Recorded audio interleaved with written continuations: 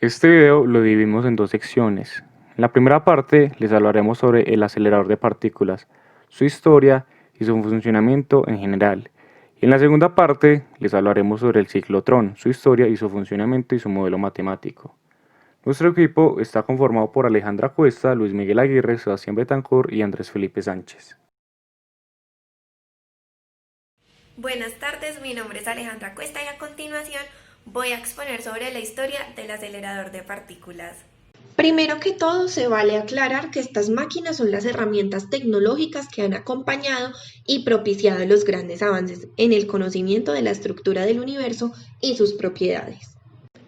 Esta realidad muestra la importancia de la conexión entre ciencia y tecnología, técnicas experimentales y desarrollo de las ideas teóricas, que conforman la historia del progreso en el conocimiento, tanto en este ámbito como en las otras ramas de la ciencia.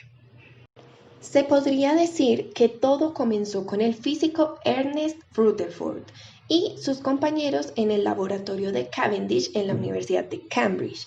En 1911 condujeron al descubrimiento de la existencia de los núcleos de los átomos y en 1919 al fenómeno de la desintegración nuclear. Ernest se dedicó al estudio de las partículas radioactivas y logró clasificarlas entre alfa, beta y gamma. Halló que la radioactividad iba acompañada por una desintegración de los elementos, lo que le valió para ganar el Premio Nobel de Química en el año 1908. Se le debe el modelo atómico, con el que probó la existencia del núcleo atómico, en el que se reúne toda la carga positiva y casi toda la masa del átomo. Consiguió la primera transmutación artificial. En el año 1929, el físico Ernest Walton quiso adaptar las ideas de un gran pionero de la técnica de los aceleradores de partículas llamado Rolf Witherow y trató de construir un acelerador lineal, pero no obtuvo un buen resultado. Sin embargo, en unión con John Crooked, que fue uno de sus compañeros de Cambridge, se embarcó en el diseño de un generador de alto potencial eléctrico en cascada, siguiendo las ideas previas de dos científicos llamados Greinacher y Schenkel, las cuales consistían en un conjunto de condensadores cargados a través de un circuito de diodos alimentados por una fuente de corriente alterna. En el año 1922, el ingeniero noruego Rolf Widerøe, de quien se habló anteriormente, desarrolló la idea del Rate Transformer, semilla de los aceleradores llamados posteriormente betatrones. Se basaba en el principio de inducción establecido por Michael Faraday en el siglo XIX, utilizando campos magnéticos alternos de alta frecuencia. Pretendía lograr aceleraciones equivalentes a las que se podrían lograr con potenciales eléctricos de millones de voltios sin necesidad de grandes volúmenes. De manera contemporánea, en el año 1922, pero de manera independiente, el matemático Joseph Slepian de la compañía Westinghouse presentó una patente sobre la idea del X-ray tube, similar al Ray Transformer, que fue publicado en el año 1927. En el año 1924, el físico Gustav Ising publicó en una revista sueca sus ideas acerca de la aceleración de electrones mediante altos voltajes alternos de alta frecuencia, utilizando tubos de derivaciones metálicas, de longitudes crecientes y de alto vacío, que podían apantallar el campo eléctrico durante el semiperiodo en que cambiaba el signo. En esta imagen podemos apreciar el acelerador desarrollado por Robert van de Graaff e instalado en el MIT en el año 1937. En la imagen podemos apreciar la gráfica de Livingston, en la cual se muestra cómo ha crecido de manera exponencial los aceleradores de partículas entre el año 1930 y el año 1980. Mi nombre es Miguel Aguirre y a continuación voy a explicar qué es el acelerador de partículas, su funcionamiento y sus aplicaciones. Siempre hemos relacionado este tipo de dispositivos con el cine de ciencia ficción. En la gran pantalla, el acelerador de partículas es capaz de crear agujeros negros, destruir una ciudad en apenas unos segundos y otorgar poderes extraordinarios a aquellos que se encuentran a su alrededor, unos poderes que no se alejan demasiado de sus auténticas competencias. Pero, ¿en qué consiste realmente este enorme artefacto? Un acelerador de partículas es un instrumento que utiliza campos electromagnéticos para estimular un conjunto de partículas ya cargadas de electricidad. con el fin de que éstas choquen entre sí y alcancen velocidades sumamente elevadas. Esta operación tiene como resultado la aparición de nuevas partículas, mucho más inestables que sus antecesoras y que apenas sobreviven unos segundos. Dentro de un entorno de extrema seguridad, el acelerador de partículas imita la acción de los rayos cósmicos sobre la atmósfera terrestre, que produce una lluvia de partículas de lo más hermosa y exótica. Actualmente existen dos tipos básicos de acelerador de partículas, lineal y circular. El primero consiste en una sucesión de tubos con placas, colocados de manera lineal a los que se le aplica una corriente eléctrica alterna. Cuando las partículas se aproximan a una placa, se aceleran al estar en contacto con un campo eléctrico, opuesto al suyo. Pero al traspasarla, la polaridad se invierte y la partícula es rechazada, cogiendo velocidad hasta la siguiente placa, donde experimentará el mismo proceso. Por su parte, el acelerador de partículas circular combina los campos magnéticos con los campos eléctricos, logrando una mayor potencia y como consecuencia una aceleración más rápida en menor espacio. Sin embargo, este increíble poder emite en ocasiones una radiación llamada sincrotrón, que consiste en la pérdida de energía en relación a la aceleración impartida. El acelerador de partículas más potente del momento es el famoso CERN, también conocido como el Gran Colisionador de Hadrones o Máquina del Big Bang. Se encuentra en la frontera que separa Francia y Suiza, enterrado a más de 100 metros de profundidad, y está compuesto por una estructura circular de 27 kilómetros de largo. Para poder reproducir estas condiciones en las que surgió el universo, se creó el acelerador de partículas, puesto que a través de él se puede recrear y estudiar el funcionamiento de las partículas, el choque de las mismas y el efecto que produce, aunque no es tan sencillo. El estudio de partículas que tiene lugar en su interior permite desarrollar múltiples avances científicos relacionados con terapias contra el cáncer, tratamientos con láser, obtención de energía limpia, exploración espacial o protección medioambiental. Al tratarse de investigaciones muy recientes y en continuo avance, las aplicaciones pueden ser extraordinarias. En medicina, la utilización de chorros o bases de partículas se utilizan en terapias para el tratamiento del cáncer. También en el desarrollo de los radiofármacos, pero sus usos pueden ser de ciencia ficción, ya que en un futuro no muy lejano se podría desarrollar un escalpelo láser de haces para poder realizar cirugías de máxima precisión. Los tratamientos con láser ya son muy conocidos en algunas terapias y cirugías, como en las operaciones oculares donde se puede retirar tejidos dañados. Necesitando cirugía de alta precisión, los láser de electrones libres FELS son capaces de destruir tejidos dañados sin tocar ni dañar los tejidos sanos. Sin embargo, la medicina no es el único campo en el que se puede aplicar. Los aceleradores nos podrían permitir en un futuro poder dividir los residuos nucleares, separando los residuos de larga duración y transformarlos en materia inofensiva e inocua, lo que supondría un gran avance para la protección medioambiental. Aunque uno de los fines para los que se está investigando con más fervor es para la obtención de energía, provocando fusiones nucleares y liberando energía, tiene una ventaja importante frente a las tradicionales estaciones nucleares, ya que no hay riesgos de una reacción en cadena. Si el acelerador se apaga, se interrumpe la fisión. Buenas noches, mi nombre es José Felipe Sánchez Cano. Hoy voy a exponer el tema del ciclotrón, su historia, la historia de su inventor, además de esto, su modelo matemático y sus ventajas.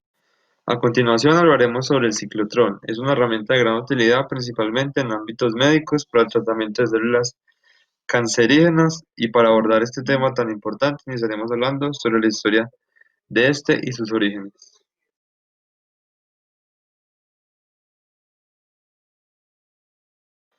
El ciclotrón fue creado por el físico y químico estadounidense Ernest Lawrence. La idea del ciclotrón la concibió estando sentado en la biblioteca de la Universidad de Berkeley, mientras hojeaba un artículo y muy intrigado, al ver uno de estos diagramas que se encontraba allí, en el cual el objetivo principal de este era producir partículas de muy alta energía necesarias para generar una desintegración atómica. Con esto pudo encontrar el método para obtener partículas de muy alta energía sin necesitar altos voltajes.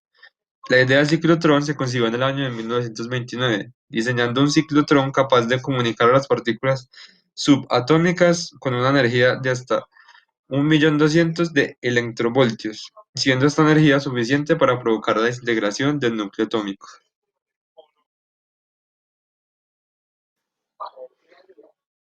Ernest Lawrence nació en la ciudad de Canton el 8 de agosto de 1901. Fue un químico nuclear estadounidense conocido sobre todo por la invención, utilización y mejora del ciclotrón, y por su trabajo su posterior en la separación isotópica del uranio durante el proyecto Manhattan. Fundó laboratorios de investigación nuclear. En 1939 recibió el Premio Nobel de Física por sus investigaciones. Además de esto, obtuvo un doctorado en física en el año de 1925. Al paso de los años se dedicó a construir ciclotrones cada vez más grandes, logrando así ser parte fundamental en la ayuda de la Segunda Guerra Mundial con el proyecto Manhattan. Finalmente murió en la ciudad de Palo Alto el 27 de agosto de 1958. Este primer modelo estaba hecho con alambre y cera. Las investigaciones arrojan que probablemente costaba menos de $25. El modelo funcionó cuando Lawrence aplicó 2000 voltios de electricidad a su ciclotrón artesanal, obteniendo así proyectiles de hasta 80.000 voltios. El 26 de enero de 1932, en la Oficina de Patentes de los Estados Unidos, se recibió una solicitud por parte de Lawrence para la patente, método y aparato para acelerar iones, que en realidad se trataba del ciclotrón. Esta patente le fue concedida el 20 de febrero de 1934. Fue galardonada en 1937 con la medalla Hughes, concedida por la Royal Society, por su trabajo en el desarrollo del ciclotrón y sus aplicaciones a las investigaciones de la desintegración nuclear. Y en noviembre de 1939, Lawrence ganó el Premio Nobel de Física por su trabajo en el ciclotrón y sus aplicaciones.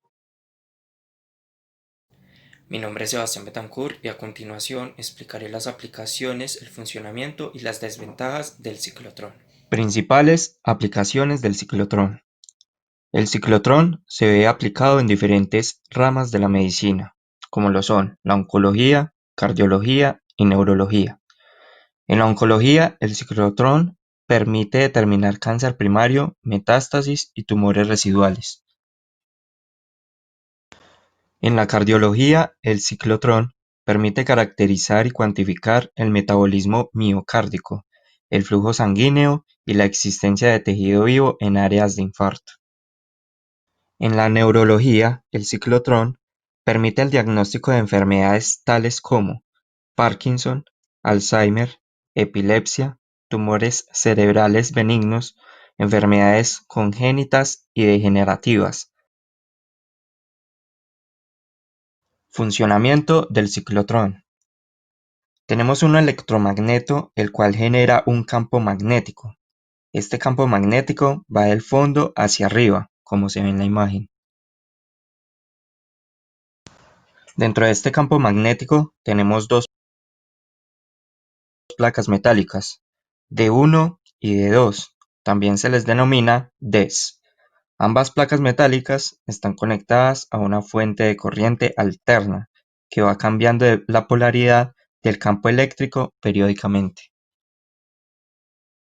Ahora imaginemos que una partícula cargada P, un protón por ejemplo, está en el centro de este ciclotrón.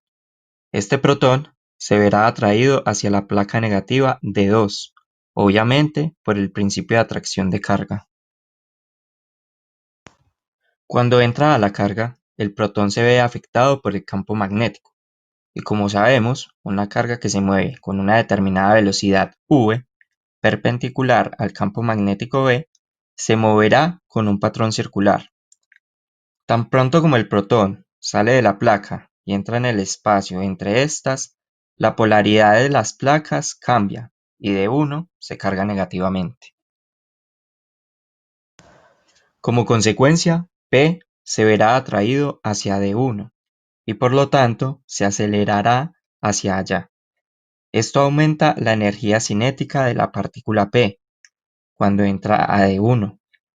El campo magnético actúa, por lo que la partícula empezará a moverse en un patrón circular, pero esta vez, como se aceleró al entrar, en el radio el patrón circular será mayor.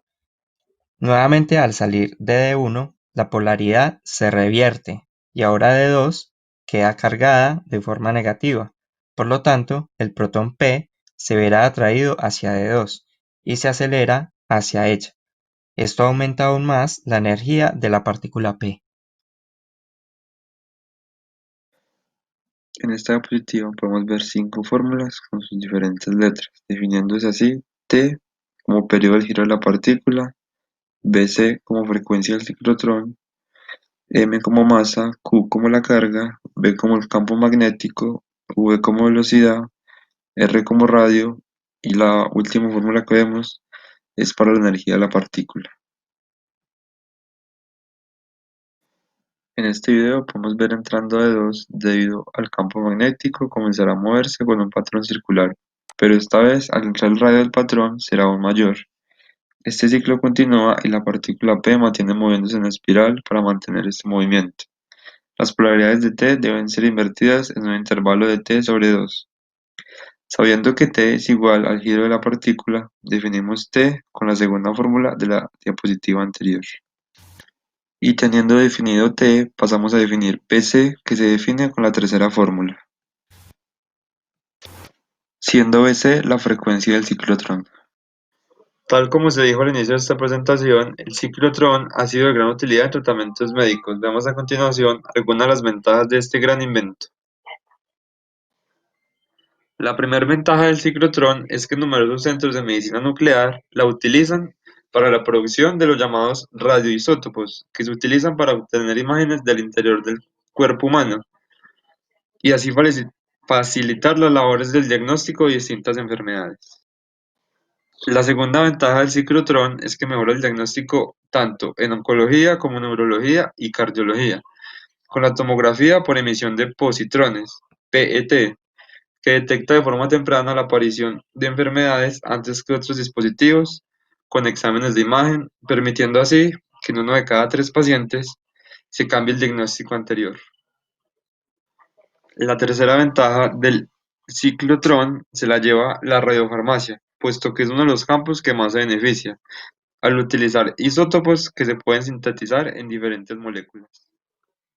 La cuarta ventaja del ciclotrón es que se utiliza para facilitar la irradiación de materiales, como por ejemplo circuitos electrónicos de interés en la industria aeroespacial, y así observar los efectos que la radiación produce en los mismos con el fin de simular las condiciones ambientales en las que se desenvuelve el funcionamiento real del circuito.